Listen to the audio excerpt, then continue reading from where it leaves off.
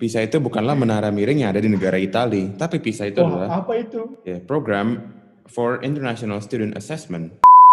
Hanya bisa berharap karena kita udah lulus, tapi Semoga berharap jauh lebih baik. kedepannya akan jauh dari lebih baik, dan ingatlah bahwa ini adalah permulaan dari langkah yang besar untuk memajukan Indonesia. Amin.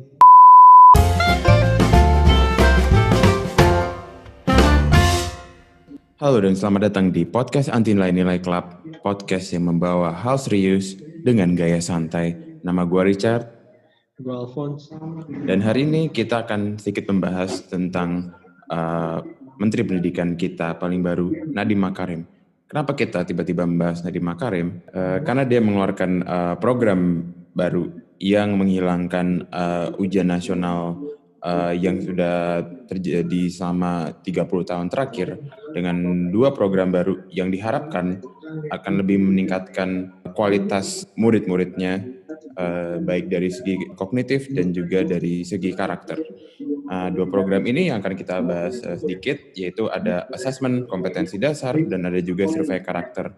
Jadi mulai dari gue, asesmen kompetensi minimum ini adalah sebuah program pengujian baru yang akan dilaksanakan di tengah-tengah jenjang pendidikan. Jadi seperti contohnya ketika nanti di SMA akan dilaksanakan di kelas 11 instead of kelas 12. Nah, isi dari AKM ini adalah literasi dan numerasi, yang artinya pelajaran seperti sains dan matematika, tapi lebih mengarah kepada hal-hal yang menyangkut kehidupan sehari-hari. Diharapkannya adalah dengan adanya AKM ini, siswa dapat mengaplikasikan teori-teori dan rumus-rumus ke hal yang lebih praktikal dan dapat berpikir secara lebih kritis. Dan alasan kenapa dilakukan di tengah-tengah jenjang pendidikan adalah supaya dari hasil asesmen tersebut dapat disesuaikan lebih kepada muridnya, sehingga ia bisa menyelesaikan jenjang pendidikannya dengan lebih lancar ketika sudah lebih mengetahui sifat-sifat dari murid tersebut. Nah, ada satu program lagi, yaitu survei karakter. Mungkin boleh dijelaskan oleh Alphonse? Nah, selain asesmen kompetensi minimal itu ada survei karakter juga. Ini gue kurang tahu kapan, maksudnya siswa tuh bakal menjalani survei karakter tuh pas kelas 11 seperti AKM atau kelas 12, nggak tahu. Tapi yang pasti tujuannya ini adalah untuk mengetahui penerapan asas-asas Pancasila oleh peserta didik secara nasional menurut salah satu sumber. Ini mungkin berbeda dari ekspektasi pertama gue, maksudnya asumsi pertama gue, karena gue mikirnya awalnya tuh ini ini untuk melihat, mengetahui karakter siswanya dalam menyelesaikan berbagai masalah, tapi ternyata ini mungkin lebih ke arah penerapan atas Pancasilanya.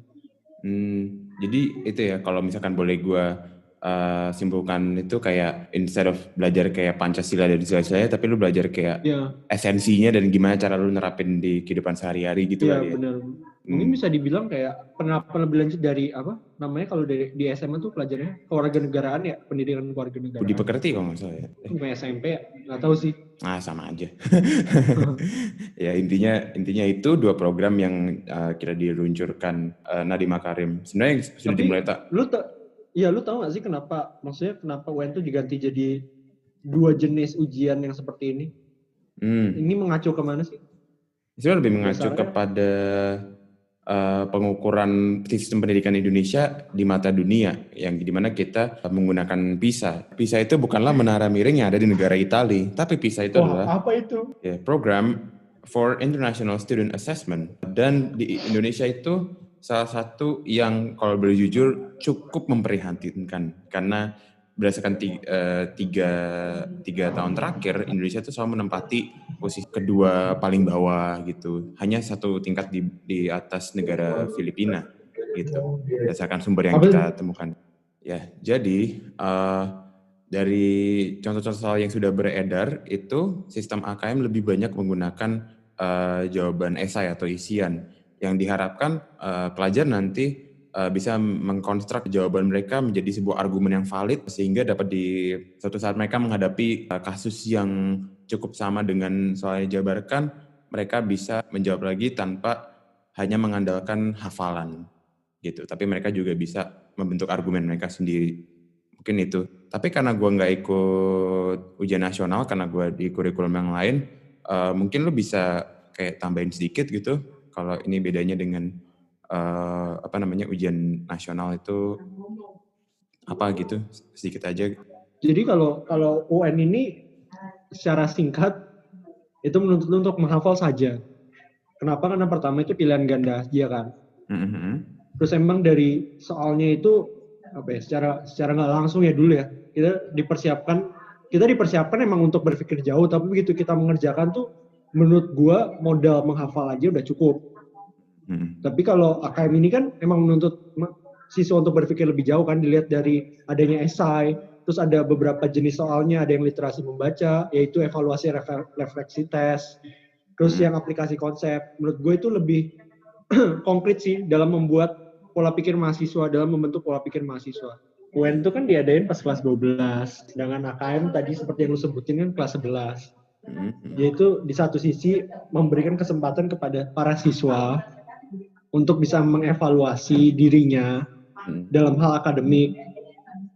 Jadi setelah AKM itu mereka bisa mengetahui mereka kurang di bagian mana sehingga mereka bisa mengejar ketertinggalan mereka. Itu good point banget sih. Jadi sebenarnya in conclusion ini tuh program ini sendiri tuh nggak akan mengubah sistem pendidikan Indonesia secara drastis dalam satu malam gitu kan.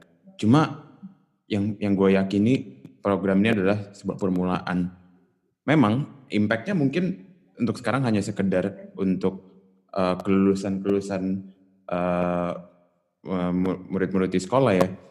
Tapi seenggaknya dengan ada program ini memicu lebih banyak pembicaraan dan diskusi mengenai bagaimana kita memajukan sistem pendidikan di Indonesia.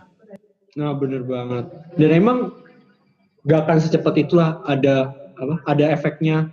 Bahkan mungkin aja baru 3 tahun sampai 5 tahun ketika mereka yang udah menjalani program ini menjadi seorang manusia yang emang sukses gitu bisa dibilang. Ya kan, jadi kalau emang dia kayak lulus SMA terus kuliah belum terlalu kelihatan. Kita hanya bisa berharap karena kita juga udah lulus, tapi semoga jauh lebih baik. Kedepannya akan jauh lebih baik dan ingatlah bahwa ini adalah permulaan dari langkah yang besar untuk memajukan Indonesia. Amin. Oke, sekian dari podcast kita pada hari ini. Terima kasih kalian yang sudah mendengarkan. Nama gue Richard. Gue Alphonse. Dan ini podcast Anti Nilai Nilai Club. Sampai jumpa di episode berikutnya.